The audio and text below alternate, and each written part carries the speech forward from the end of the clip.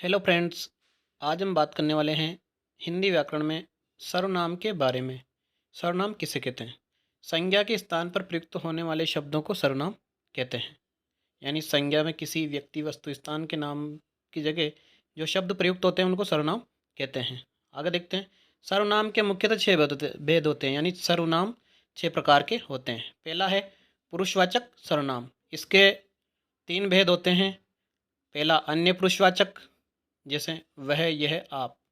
दूसरा मध्यम पुरुषवाचक, तुम आप। तीसरा उत्तम पुरुषवाचक, यानी मैं। इसको अब ऐसे भी याद रख सकते हैं दोस्तों।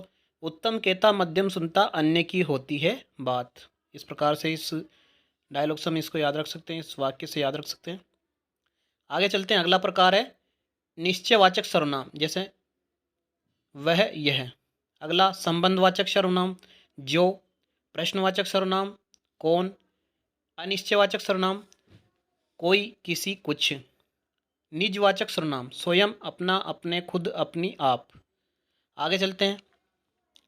आप शब्द का मध्य पुरुष व अन्य पुरुष में अंतर, यानी दोनों में क्या अंतर होता है, क्योंकि ये आप शब्द दोनों में प्रयुक्त होता है। आप शब्द का प्रयोग जिससे बात कर रहे हैं उसके लिए हो तो मध्यम पुरुषवाचक सर्वनाम माना जाता है, तथा आप शब्द का प्रयोग जो सामने या इस दुनिया में भी नहीं है उसके वर्णन के लिए किया जाए तो अन्य पुरुषवाचक सर्वनाम माना जाएगा। जैसे आप गांव से कब आए, मध्यम पुरुष। अगला भगत सिंह सच्चे योद्धा थे, आपने देश की आज़ादी के लिए हंसते हंसते फांसी चढ़ गए। यहाँ पर अन्य पुरुष के लिए बात हो रही है, यानी अन्य पुरुषवाचक सर्वनाम। आगे चलते हैं। वह यह शब्दों का अन्य पुरुषवाचक व निश्चयवाचक में अंतर क्या होता है, ये जान लेते हैं दोस्तों। यह वह शब्दों का प्रयोग जिसके लिए हो वह शब्द वाक्य में आ जाए तो निश्चयवाचक सर्वनाम, तथा यह वह जिनके लिए हो वह वाक्य में नहीं आए तो अन्य पुरुषवाचक सर्वनाम माना जाता है। जैसे वह गाय ही चराता है, अन्य पुरुषवाचक।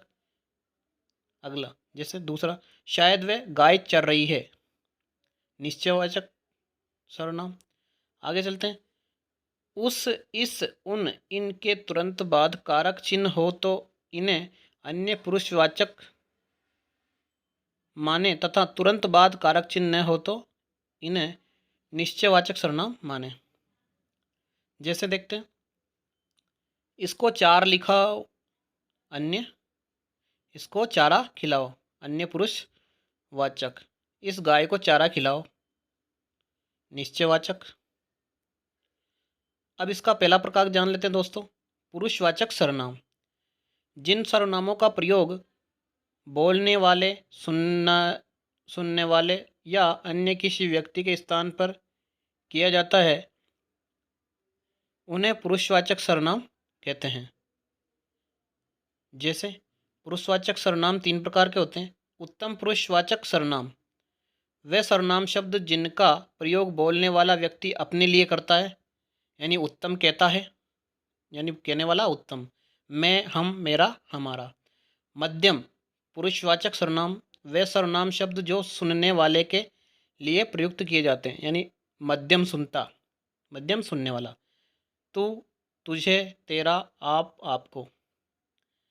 अन्य पुरुषवाचक सर्वनाम, अन्य की होती है बात, वह सर्वनाम जिनका प्रयोग बोलने तथा सुनने वाले व्यक्ति किसी अन्य व्यक्ति के लिए प्रयुक्त करते हैं, यानी जिसके बारे में बात करते हैं, वह, उन्हें, उसे। अगला प्रकार है दूसरा नंबर का सर्वनाम का, निश्चयवाचक सर्वनाम। वे सर्वनाम जो किसी निश्चित व्यक्ति या वस्तु का बोध कराते हैं उन्हें निश्चयवाचक सर्वनाम कहते हैं। जैसे यह, वह, ये। उस बालक ने थप्पड़ मारा, उस शब्द बालक का बोध करवा रहा है, अतः उस शब्द निश्चयवाचक सर्वनाम है। तीसरा प्रकार देखते हैं सर्वनाम का, अनिश्चयवाचक सर्वनाम। वे सर्वनाम शब्द जिनसे किसी निश्चित वस्तु या व्यक्ति का बोध नहीं होता है बल्कि अनिश्चित की स्थिति बनी रहती है उन्हें अनिश्चयवाचक सर्वनाम कहते हैं। जैसे कुछ, किसी, कोई। जैसे देखते हैं, कुछ लोग जा रहे हैं। कुछ शब्द अनिश्चयवाचक सर्वनाम है। अगला प्रकार देखते हैं सर्वनाम का, प्रश्नवाचक सर्वनाम। चौथे नंबर का, वे सर्वनाम जो प्रश्न का बोध कराते हैं या वाक्य को प्रश्नवाचक बना देते हैं उन्हें प्रश्नवाचक सर्वनाम कहते हैं। जैसे देखते हैं, कौन, क्या, किसने। किसने झगड़ा किया। किसने शब्द प्रश्नवाचक सर्वनाम है।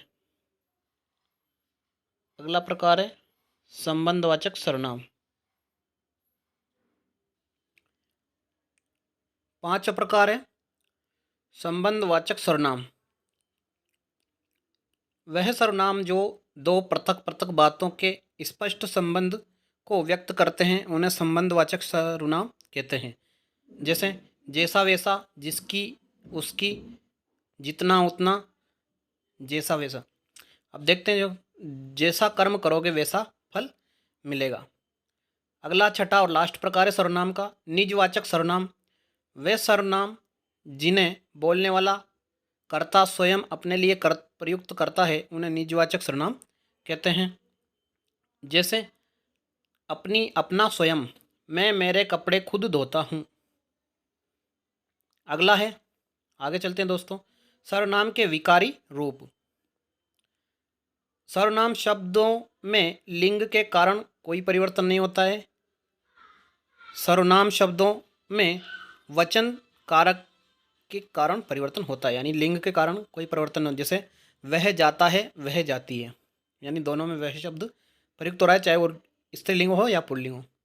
आगे चलते हैं दोस्तों, सर्वनाम शब्दों का संबोधन कारक नहीं होता है, यानी सर्वनाम शब्दों में संबोधन कारक नहीं होता है। अब इसके कुछ सर्वनाम शब्द देख लेते हैं दोस्तों। सर्वनाम जैसे वह, अन्य पुरुष, निश्चयवाचक सर्वनाम। देखते हैं, जैसे कारक चिन्हों के साथ हम इनको देखेंगे दोस्तों। कर्ता एक वचन में वह, उसने। बहुवचन में वह, उन्हें। बहुवचन में थोड़ा आदर्थ सूचक शब्द प्रयोग में आते हैं। कर्म कारक उसे, उसको। बहुवचन में उन्हें, उनको। करण कारक उससे, उसके द्वारा। फिर इधर उनसे, उनके द्वारा। संप्रदान में उसके लिए, उनके लिए। अपादान उससे, उनसे, अलग होने के भाव में। संबंध उसका, उसके, उसकी, उनका, उनके, उनकी। अधिकरण उसमें, उस पर, उनमें, उन पर।